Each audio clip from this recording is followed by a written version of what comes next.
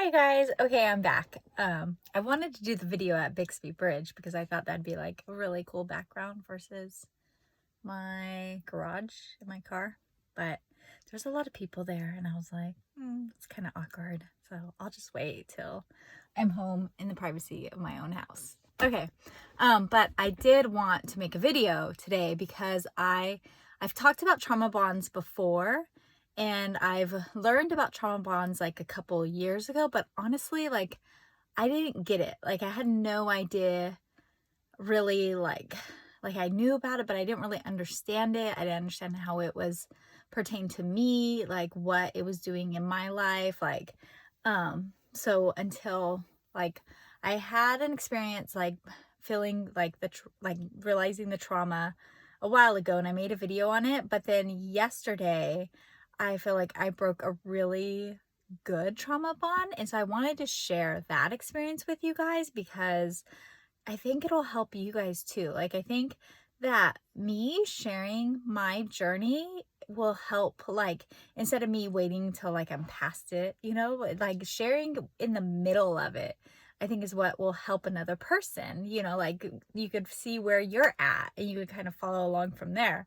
So, the trauma bond yesterday that I broke was like, I was really upset and I was feeling really alone. Like anytime someone tells me like why don't you get a divorce, it's because I think about how I feel like I'm going to break. Like I'm going to like have an emotional breakdown and I'm not going to be able to like get back up. Like I'm like no one is going to be there for me, and it's really scary. Like it's really like I'm like I won't be able to function. I won't be able to feed my kids. I won't be able to go to work. Like I won't be able to concentrate. Like I will be on the ground. Like I'll be on the ground in the fetal position if I go through a divorce. And I realized yesterday that the reason why it is so hard, or it was so hard for me to leave Mike, is because of all the trauma that has happened during the marriage. I never dealt with those emotions. So like, and it was feelings of abandonment. Like he has years ago, I don't know how I stopped this, but like years ago I would try to call him and he would ignore me for days. Like, and I would call him over and over again, and then he started leaving me. First it was like the longest was like 6 weeks. He left me for 6 weeks. Now I don't even know. Like he's left me a year and a half, 9 months. I had 3 months. I don't even like know. So he ups and leaves me. He has left me and the kids at San Diego. Like we were at the zoo and he got mad at me and he literally took off and he took a bus back to Fresno and he just up and left me and the kids in San Diego. And he's left me at a grocery store. He's left me on the side of the road. He's left me at the Grand Canyons. Like there's a lot of being left.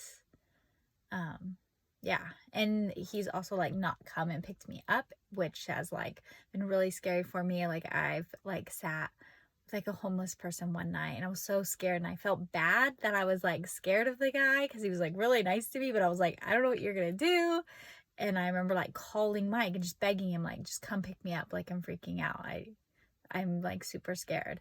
But looking back now, I never cried. Like I never dealt with those emotions. Like I remember in San Diego, like I had my two kids with me, and it was like I went into survival mode. And I remember I was angry. I remember being angry, and I remember being upset. Like, I can't believe you would do this to us. But I don't remember ever crying. I don't remember ever allowing myself to feel my feelings. Like I think I went numb. Like it's really hard for me to like feel my feelings.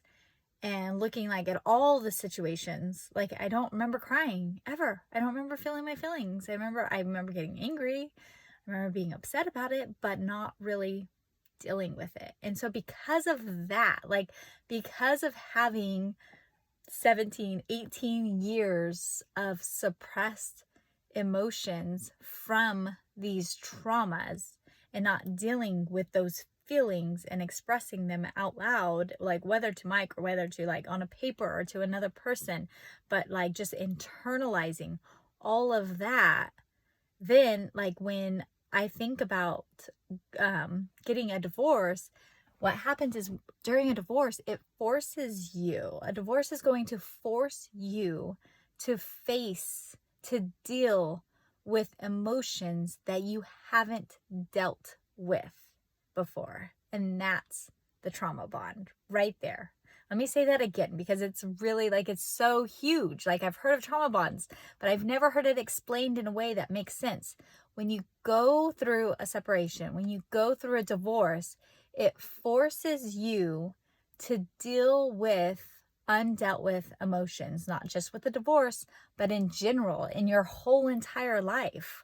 Like it, and it deals, so for me, and when you're in an unhealthy relationship, you have all these suppressed negative emotions. So then it makes it that much harder to leave them, which is the trauma bond. Like that's like that. Like, I don't know why I never got it before. I don't know if people didn't explain it that way or if I just didn't understand it that way, but that's exactly, like for me, that's exactly it. That's exactly what's going on. That's exactly what I needed to break. And so I dealt with it last night and it was bad. I probably should have made a video during that. It was really bad though. Like, it was bad. Like, I felt like I said, like I felt like I was going to break, that I wasn't going to be able to function. I wasn't going to be able to do anything. It was really bad. Like, I had a headache. I felt sick to my stomach. I was trying to still do life. Like, I went to the store to go get a movie and I just broke down in the car and I was like, oh, like it was bad, but I survived it. I did survive it. So if you're like me and if you sit and you want to leave and you think about it and it feels so overwhelming, like emotionally overwhelming, just sit with those feelings and I promise you, you're not going to die. I was like, I'm going to die. Like, I'm not going to be able to make it. I'm not going to be able to support myself. But I'm here. I'm here. Like, I lived through it. And yeah, and it's so much better too. You know, I don't know if I've shared this with you, but my counselor told me a while ago, like, you can't feel joy if you don't feel pain. And it's so true. Like, it's weird how good I feel today. It's so weird because if you saw me last night, which I'm like, I should have made the video. Should have made it. So you guys could see the difference and be like, look, there's me. That's me going through the trauma bond. And then here's me one day later. I went for a drive by myself, went to the ocean, went to Bixby Bridge, which I love. And I love the drive there. The drive there is amazing. It's breathtaking. It's just all ocean. Yeah, it was good. And look, I'm happy. So if you are like me and if you have no idea what a trauma bond is, it's those feelings. It's undealt with emotions of all the trauma. And so what happens is you get triggered. Like, the divorce was a trigger for me that was going to force me to finally face all those feelings. And I didn't want to. I couldn't. I don't know how to explain it. It wasn't like I didn't want to, but I was afraid to allow myself to feel because it had been kept for, 17, 18 years. The way my counselor explained it too is if you don't deal with your emotions, then when you finally do deal with them, after 17, 18 years, they're going to feel extremely overwhelming, which is what that was. Last night was beyond overwhelming. Whereas now I could probably start dealing with my emotions, even kill, hopefully.